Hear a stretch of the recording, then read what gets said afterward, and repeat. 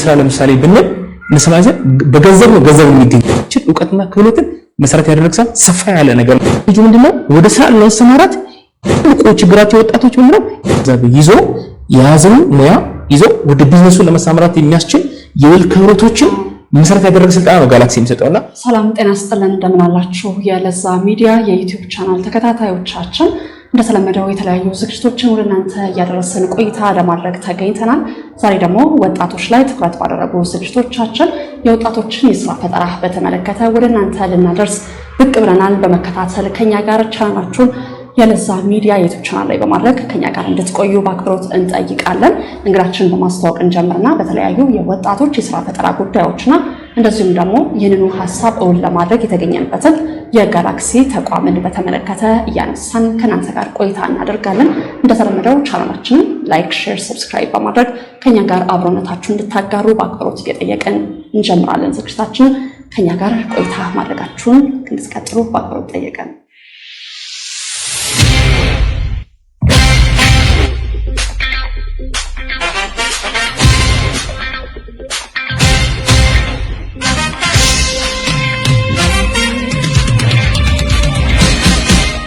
በላይ እንደምን አለህ? ራስህን በማስተዋወቅ እንጀምር። እሺ፣ እኔ በላይ አበራ እባላለሁ። በአምቦ ዩኒቨርሲቲ የስነተዋልዶ ጤና ባለሙያ ነኝ። ዛሬ የተገናኘነው እንግዲህ በሰራቸው ስራዎች ላይ እንደዚሁም ደግሞ ከዚህ ከሙያ ስራ ፈጠራ ጋር በተያያዙ ስራ ሳተምከው መጽሐፎች እንደዚሁም ይህን እውን ለማድረግና ደግሞ ወደ አዲስ አበባ መጥተህ ደግሞ ጋላክሲ ተቀብሎሃል። ከጋላክሲ ጋር የምታደርገውን ቆይታን በተመለከተ እያነሳን እየተጨዋወትን ነው ቆይታ የምናደርገው። እንኳን ደህና መጣህ። በቅድሚያ ግን እንኳን ደህና ቆያችሁ። እንዴት አገኘኸው? በጣም ደስ ብሎኛል። ያው አቀባበልም የጋላክሲ ሰዎች ያላቸው አቀባበል በጣም ደስ የሚል ነው። በጣም ወድጄዋለሁ። ያው ከትራንስፖርት ጀምሮ ማረፊያ ከአመሽ ጀምሮ በጣም ጥሩ አቀባበል ነው። በዚህ አጋጣሚ እንግዲህ የጋላክሲ ሰዎችን ላመሰግን እወዳለሁ። አርባ ምንጭ ነው የመጣኸው? እንዴት ነው አርባ ምንጭ? እስቲ እንዴት ነው ያለበት ሁኔታ? መንገድ እንዴት ነበር? ያው መንገዱ እንዳጋጣሚ ያው አቋርጬ ስለመጣሁኝ ሰዓት ምናምን በልቶብኛል፣ ግን በሰላም ነው የገባሁት። ያው በጉዜ ላይ በነበርኩ ሰዓትም የጋላክሲ ሰዎች እየተከታተሉ የደረስኩበት ሁኔታ ሲከታተሉኝ እንዲሁም ማርፋ አዘጋጅተውልኛልና በዚህ አጋጣሚ ደስተኛ ሆኜ መጥቻለሁ ማለት እወዳለሁ። ብዙ ነገሮችን እንጨዋወታለን እንግዲህ በቆይታችን፣ በተለይ ከዚህ ከሙያ ስራ ፈጠራ ጋር የተያያዙ ጉዳዮች።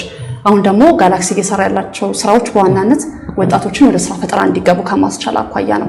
በራሳቸው አቅም የተጠናከሩ ወጣቶችን ከማፍራት አኳያ ወጣቶች አሁን ሀገር ከምትፈልጋቸው ስራዎች ጋር ምን አይነት ወጣት ማፍራት አለብን የሚለው ዋነኛው የጋላክሲ ዓላማ ነውና ከዚህ ጋር ተያይዞ ነው ያንተ መጽሐፍ ተመልክተን ጋላክሲም ደግሞ እዚህ ላይ ልንሰራ ይገባል በሚል በላይ ወደኛ መጥቶ ከጋላክሲ ጋር ቆይታ ለማድረግ የተነሳሳ ነውና እንዴት ነበር አቀባበሉ ከሚለው እስኪ እንጀምር።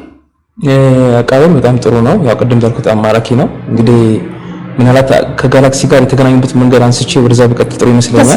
እንደው ጋላክሲ የሚለውን ራሱ ያወቅበት መንገድ ጋላክሲ ዊዝደምን ያገኘሁት ስልጠናና አማካሪነት ያገኘሁት በአቶ ይሻ ጌታውን አማካኝነት ነው።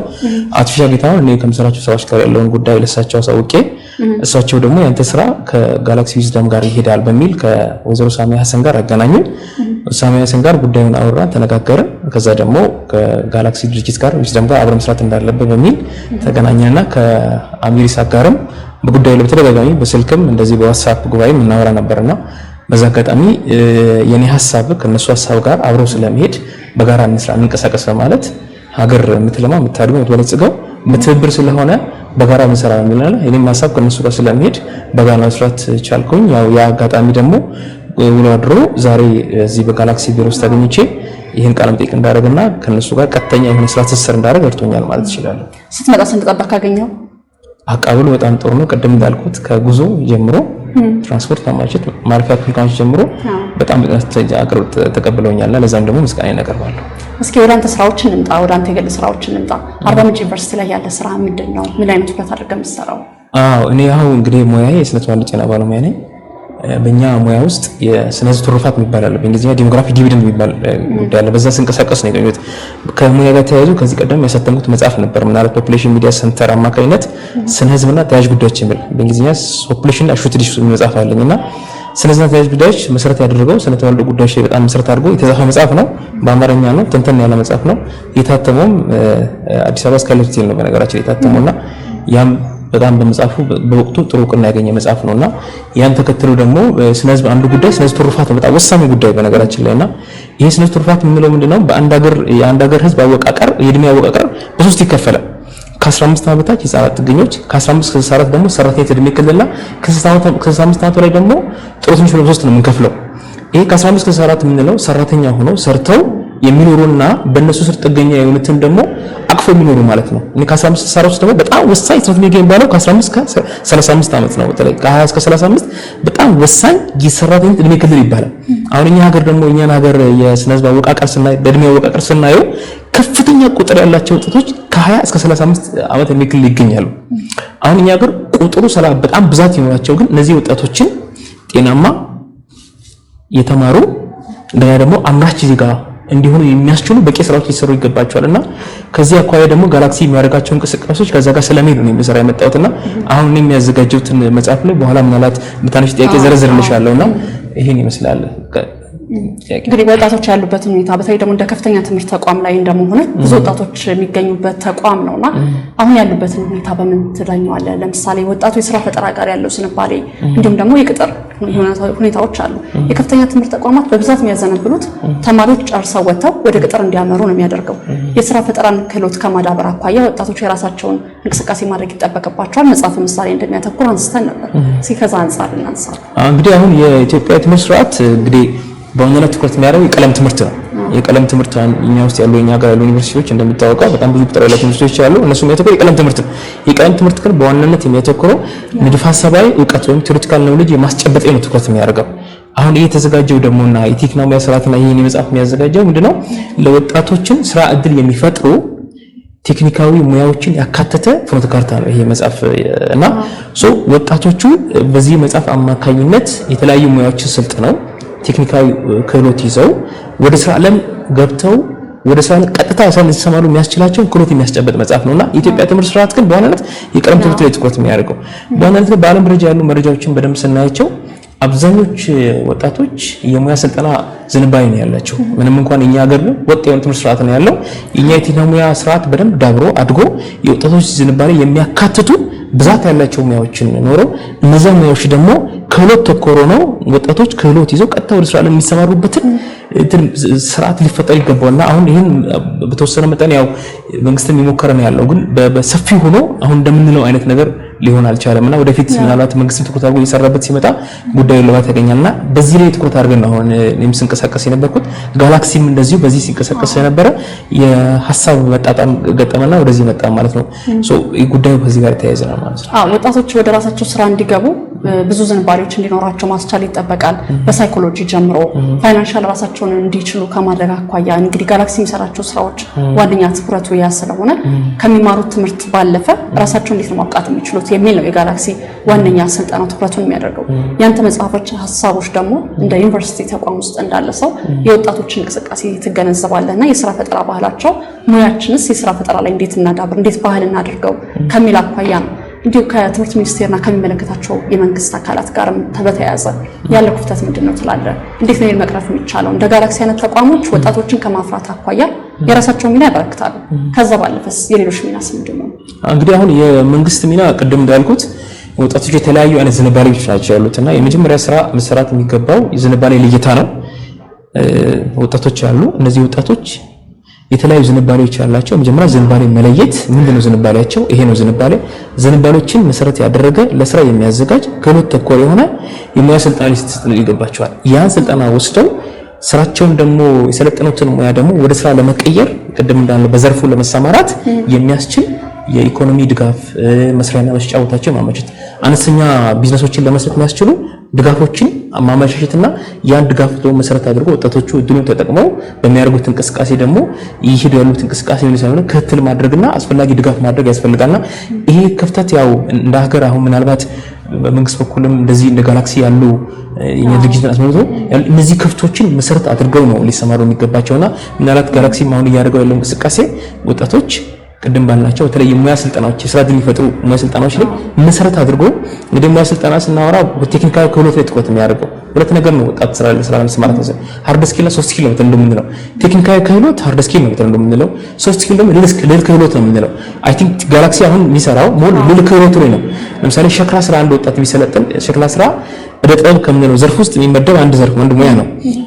ሸክላ ስራ ቢሰለጥን የሃርድ ስኪል የምንለው ቴክኒካል ክህሎት የምንለው እንዴትን የሸክላ አፈርን ተጠቅሞ ውሃ ጨምሮ ቅርጽ ማውጫ መጠቀም እንዴት አድርጎ የሸክላ ውጤቶችን ያወጣል የሚለውን ነገር እንደሚያሰለጥን ሁሉ ደግሞ ይሄን ሙያ ይዞ ደግሞ ስለ ቢዝነስ መሰረታዊ ግንዛቤ ይዞ የያዘውን ሙያ ይዞ ወደ ቢዝነሱ ለመሳመራት የሚያስችል የውል ክህሎቶችን መሰረት ያደረገ ስልጠና ነው ጋላክሲ የሚሰጠውና ጋላክሲ እንደ ሀገርም የምናያቸው ክፍተቶችን ለመሙላት ከተዘጋጁ ድርጊቶችን መሰል ድርጊቶች ጋር ራሱን አንድ ወኪል አድርጎ ሊሰራ ያዘጋጅ ድርጊት መሆኑ እኔም በዚህ ድርጅት ጋር አብሬ እንደሰራ አስችሎኛል ማለት ነውና እቺ ለጉልጉለት አድርገን መስራት የሚገባን ማለት ነው።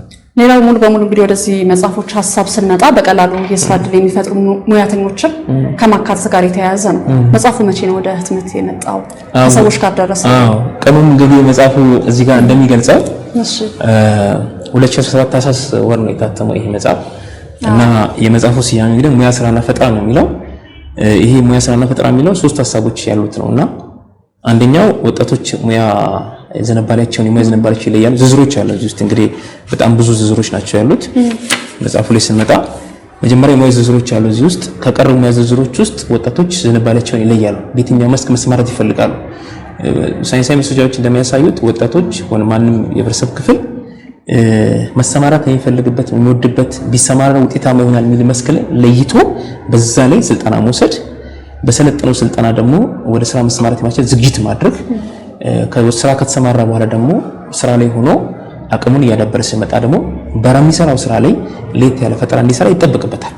ይሄ መጽሐፍም ያ መሰረት ያደረገ ነው። በዘርፍ ውስጥ ያለው መጽሐፍ በዚህ መጽሐፍ ላይ የተቀመጠውን ብናይ ግብርና ውስጥ ያሉ የተለያዩ ሙያዎች ቴክኒካዊ ሙያዎች ናቸው እዚህ ላይ የተካተቱት። እንዳለ የሙያ ስልጠና ቲፒካል ትኩረት የሚያደርገው ክህሎት ተኮር ስለሆነ ቴክኒካዊ የሆኑትን ነው የሚያካትተውና አግሮ ፕሮሰሲንግ ያለ ግብአቶች መቀመም አለ፣ ጨቃጨቃ አልባሳት አለ፣ እደ ጥበብ አለ፣ ሃንዲክራፍት በተለምዶ የምንለው የግንባታ ቴክኖሎጂ፣ የኮሙኒኬሽን የመረጃና ኮሙኒኬሽን ቴክኖሎጂ አይሲቲ የምንለው አለ፣ ሆቴል ቱሪዝም አለ፣ የተሽከርካሪ ቴክኖሎጂ አለ፣ አውቶሞቲቭ ቴክኖሎጂ የምንለው፣ ኤሌክትሪክ ቴክኖሎጂ አለ፣ ኤሌክትሪክ ቴክኖሎጂ አለ፣ እንዳለ ሁሉም አለ፣ የብረታ ብረት የማሽን የትወናና የተጠበባት የጤና ደህንነትና ቢዝነስ ብሎ እነዚህ እዚህ ውስጥ ተካተቱ 30 ሙያዎች ናቸው። በ15 ዘርፎች የሚከፈሉ እያንዳንዱ ሙያዎች ቴክኒካዊ ናቸው፣ ክህሎት ተኮር ናቸው። ሃርድ ስኪሉ ነው ትኩረት የሚያደርጉት። ሶፍት ስኪሉ ስለ ቢዝነስ ስኪል ነው ሞር ትኩረት የሚያደርገውና ይሄ ግን ሃርድ ስኪሉ መጀመሪያ ዝንባሌያቸው አለ። በዝንባሌያቸው መሰረት አድርጎ የሙያ ስልጠና ይወስዳሉ። በዛ በዝንባሌያቸው ከዛ በኋላ ጎን ለጎን ደግሞ ሶፍት ስኪል ትሬኒንግ ይወስዳሉ። በዚህ ዝግጅት ወደ ስራ ዓለም ይሰማራሉ ማለት ነው። ይሄ ትኩረት የሚያደርገው አሁን ለወጣቶች በጣም ሙያ ስልጠና እኛ የምናበረታታበት ምክንያት ወደ ስራ ዓለም ለመሰማራት በዋናነት የሙያ ችሎታ ነው የሚያስፈልጋቸው። ለምሳሌ አሁን ቧንቧ ስራ ሰው ቢሰለጥን በዋናነት ቧንቧ ስራውን ለመስራት የሚያስፈልጉ ግብአቶች የሚያሰራው ሰውዬ ነው የሚያሟላው እና ወጣቱ ግን የቧንቧ ስራ ለመስራት የሚያስችል ዕውቀትና ክህሎት ካለው ወይም ደግሞ ይሄ በጋራ ዕውቀትና ክህሎቱ የሙያ ችሎታ ይባላል። እሱን ይዞ መሰማራት የሚገባው ሰው ወደ ስራ ዓለም ለመሰማራት ሙያ ስልጠና ትልቁ አድቫንቴጅ አሁን ንግድ ስራ ለምሳሌ ብንል እንሰማዘን በገንዘብ ነው ገንዘብ የሚገኘው። በጅምላ ዕቃ ይገዛሉ፣ በችርቻሮ ይሸጣሉ። በገንዘብ ነው ገንዘብ። ግን ሙያ ስራ ትልቁ አድቫንቴጁ ምንድነው? ወደ ስራ ለመሰማራት በዋናነት የሙያ ችሎታ ነው የሚያስፈልገው። ሙያውን ለመስራት የሚያስችል ዕውቀትና ክህሎት ነው በዋናነት የሚያስፈልገው። ስለሆነ ቀለም ቅብ ስራ ብለን በዚህ ነው እና ስለሆነ የሙያ ስራ ለወጣቶች የምናበረታታው ወደ ስራ ለመሰማራት ትልቁ ችግራቸው ወጣቶች ምንድነው? የጥሬ ገንዘብ እጥረት ነው። ወደ ስራ ለመሰማራት የሚያስችላቸው የሙያ ችሎታ ከቀሰመው መንቀሳቀሻ ካፒታል አነስተኛ የሚያስፈልጋቸው አንዳንድ ሙያዎች እንደውም ብዙም ላያስፈልጋቸው ይችላሉ አሉና በዛ ምክንያት ነው የሙያ ስልጠና ለወጣቱ ያስፈልጋል የምንለው። በዛ ምክንያት ነው የትምህርት ስርዓት ላይ ማተኮር ክህሎት ተኮር ማለት ነውና የቀለም ትምህርት ደግሞ ቅድም እንዳወራው ንድፍ ሐሳብ ዕውቀት ነው ነው ቴዎሪካል ኖሌጅ ነው ሰፊ አድማስ ያለው ግንዛቤ እንዲሆን የሚያስችል ነው እንጂ ቀጥታ ለአንድ ስራ የማሰማራት የሚያስችል ዕውቀትና ክህሎትን መሰረት ያደረገ ሰፋ ያለ ነገር ላይ ትኩረት የሚያደርግ ስለሆነ ይሄ ደግሞ በቀላሉ ወጣት ይሄ ትልቁ አድቫንቴጁ በአጭር ጊዜ ስልጣን መስጠት ይችላል። ፍሌክሲብል ስኬጁል ያለው ተለማጭ ነው በጣም በሳምንት መጨረሻ ይችላል፣ በማታ ስኬጁል፣ በቀን በጠዋት ምናምን በጣም ተለማጭ የሆነ ስራ ትምህርት ስለሆነ በአጭር ጊዜ የሚያልቅ ስለሆነ ከፍተኛ ወጪ የማያስወጣ በአጭር ጊዜ የሚያልቅ ተለማጭ ስራ ስለሆነ በቀላሉ ሰልጥነው ወጣቶች ለስራ የሚያዘጋጃቸው ክህሎት ታጥቀው ስራ ለመግባት እንዲችሉ ያስችላቸዋል ማለት ነው። በዛ ምክንያት ነው ስልጣን ኢንከሬጅ ልናደርገው። ምናልባት በሀገራችን ያለው እንቅስቃሴ በዚህ መልኩ ከተስፋፋ እና ደግሞ እንደ ጋላክሲ ያሉ ድርጅቶች ደግሞ በተለይ ቢዝነስ ስኪል ላይ ትኩረት አድርገው ከሰሩ ብዙ ወጣቶችን ወደ ስራ ዓለም እንዲሰማሩ የሚያስችል ነገር ሊፈጠር ይችላልና ይሄ ትልቅ አጋጣሚ ነው ማለት ነው። በብዛት ሰዎች ስኬታማ እንዲሆኑ ወደ መክሊታቸው መቅረብ ይጠበቅባቸዋል እንላለን። ሰው መክሊቱን እንዲያገኝ ደግሞ እንደ ጋላክሲ መሰል ተቋማት ወደ መክሊታቸው ሰው ወጣቶች እንዲቀርቡ በተለይ ደግሞ ቀድሞ በወጣትነት ጊዜ መክሊትን ማወቅ በቀላሉ ወደ ስራ ፈጠራ ወደምትፈልጋቸው ስራዎች እንድታዘነብልና በሙያ እንድትሰራ ያደርጋል። ያ ደግሞ በቀላሉ ስኬታማ እንድትሆን ያስችልሃል የሚል መርህ ነው። ከዛ አንፃር እንዴት ነው ክህሎትን ወይም ደግሞ ፍላጎታችንን አጣጣጥሞ ለመሄድ የትምህርት ተቋማት በምንፈልገው ብቻ ሳይሆን በማትፈልጋቸው የስራ ዘርፎችን ተሰማርተህ እንድትሄድ ያስገድዳል? አንዳንዴ የከፍተኛ ትምህርት ተቋም ላይ የሚገቡ ተማሪዎች በእነሱ በመረጡት ብቻ ተከብሮ ወደ ትምህርት ዘርፍ አይገቡም። ያ ደግሞ ከመክሊት እንድትርቅ ያደርጋል። መክሊትን አለማወቅ ደግሞ ሰክሰስፉል እንድትሆን ያደርጋል። ከዛ አንፃር ወጣቶች ከሚማሯቸው ትምህርት አሁን ካሉባቸው የስራ ዘርፎች ባለፈ እንዴት ነው ወደ ራሳቸው መክሊት መቅረብ የሚችሉት? ይሄን ከዚህ አኳያ እስኪ አንዳንድ ሀሳቦች አንሳ። ይሄ አሁን ኤክስፖዠር ነው። አሁን ይሄን መጽሐፍ የሚዘጋጀው ወጣቶች መጋለጥ አለባቸው። የተለያዩ መስኮች እንዳለው እዚህ ላይ ዝርዝር ቅድም አስቀመጥኩት ዝርዝሮች ይቀርብላቸውና ኤክስፖዠር ነው የሚባለው መጋለጥ። ለእንደዚህ አይነት የሙያ ዝርዝሮች ይቀርቡና እነዚህ ሙያ ዝርዝሮች ቀርበውላቸው ከዛ ውስጥ የትኛው ከነሱ ዝንበጋ እንደሚሄድ ለይተው እንዲያውቁ ያስችላቸዋል። ዋናው ኤክስፖዠር ነው። ይሄም የተዘጋጀበት ምክንያት ያ ነው። በዝርዝር ነው እንዳየሽው ዝርዝሩ ያሳያል። ስለሙያዎችም ገለጻ ያስቀምጣል። እዚህ ላይ እንደምታየው በፒክቸርም ያስቀምጣል። እኔ የቱ ጋር ነኝ፣ እኔ ዝንባሌ የቱ ጋር ነው የሚለው ነገር እንዲለዩ ያስችላቸዋል። ማለት ስልጠና የሚሰጡ ተቋማት ትልቁ ስራቸው ይሄን ማቅረብ ነው። መጀመሪያ ይሄን መጽሐፍ አቅርበው እስቲ ራስን ላይ የቱ ጋር ነው ያለኸው፣ የትኛውን መስክ መሰማራት ትፈልጋለህ፣ የራስን ዝንባሌ ላይ ያው በርግጥ ከዚህ በፊት ያው ስለ ሰልፍ አዌርነስ ስልጠና ሊሰጥ ይገባዋል። ራስን መገንዘብ ላይ ትኩረት ያደረገ ስልጠና ሊሰጥ ይገባዋል። ሰዎች ራሳቸውን ጥንካሬውና ድክመታቸውን በደንብ እንዲለዩ አቅማቸውን፣ ችሎታቸውን፣ ተሰጧቸውን ለይተው እንዲያውቁ ማስቻል መጀመሪያ። ከዛ በኋላ የትኛው ነው ዝንባሌ ኢንክሊኔሽን ነው የሚባለውና ዝንባሌ ከነዚህ መስክል ይሄ ነው ዘርፉ ይሄ ነው። ከዛ ውስጥ ደግሞ ንጥር ሙያው እችኛው ናት። በዛሽ ሙያ ላይ ስልጠና ሊሰጥ ያለው ትልቁ ኤክስፖዠር ነውና ኤክስፖዠር ማለት ቴክኒካል ተቋማት እንደ ጋላክሲ ያሉ አሁን በተለይ ቢዝነስ ስኪል ትኩረት አድርገው የሚሰጡ ተቋማት ትልቁ ስራቸው ሆኖ ይገባል። የመጀመሪያ ስራቸው ዝንባሌ ለይታ ነው። እኔ በሆነ መስክ ላይ ጠንካራ ሆናለሁ፣ አንቺ በሆነ መስክ ላይ ጠንካራ ትሆኛለሽ። ዝንባሌ ሰው እንድላይ መጋለጥ አለበት። እንደነዚህ አይነት የሚያመስኮች እንዳሉ ማወቅ አለበት ማለት እኛ በደንብ በሰፊው ዝርዝር አድርጎ የሚያበራራ መጽሐፍ ነው። ምናልባት ይሄን ኤክስፖዠር ኤክስፖዝ ሲሆኑ ወጣቶች ዘርፋቸውን ዝንባሌያቸውን ይለያሉ። ያኔ በዛ መሰረት ያደረገ በዝንባሌያቸው መሰረት ያደረገ ከነሱ ዝንባሌ ጋር የሚሄድ የሙያ መስክ ይሰለጥናሉ። ስልጠናው ደግሞ ሁለት ነው። ቀደም እንዳልኳችሁ ቴክኒካዊ ክህሎት ላይ መሰረት ያደረገና ምን ክህሎቶች የቢዝነስ ስኪል በተለይም ላይ እነሱ ላይ መሰረት ያደረገና ማለት ብዙ ተቋማት መስራት ያለባቸው ሰልፍ አዌርነስ ላይ ቢሰሩ የዝንባሌ ዴታይን ለመስራት ያገለግላል ማለት እንዳለው። በተለያየ ጊዜያት ከጋላክሲ ተቋማት ሰዎች ጋር አውርተሃልና ስትመጣ ደግሞ የራሱ የሆነ ነገር አለው። እንደው ምናልባት አንተ ይዘህ ከመጣቸው መጽሐፎች ካንተ ተሞክሮች ተነስተን ደግሞ ጋላክሲ ጋር አብረህ ልትሰራ ያሰብካቸው እቅዶች ይኖራሉ።